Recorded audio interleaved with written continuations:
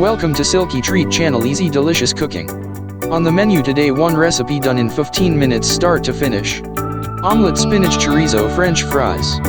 Ingredients: 4 eggs, spinach in leaves, salt, pepper, nutmeg, butter, chorizo in slices, potato cut in French fries, neutral frying oil. Preparation: insert the fresh cleaned spinach leaves, salt, pepper, nutmeg, a slice of butter and cook for 5 minutes. In a pan, insert a generous slice of butter, 4 beaten eggs, salt, pepper, and cook on low heat. In a pot, bring neutral oil to 170 degrees Celsius, insert the fries, cook for 6 minutes, remove, wait 4 minutes, get the oil to 190 degrees Celsius and cook again for 2 minutes. This is used for double cooking the fries. Add the spinach, sliced chorizo on top of the cooked omelet. All ready to serve and eat. Enjoy these meals. Thank you for watching. Subscribe, share, like and comment if you wish.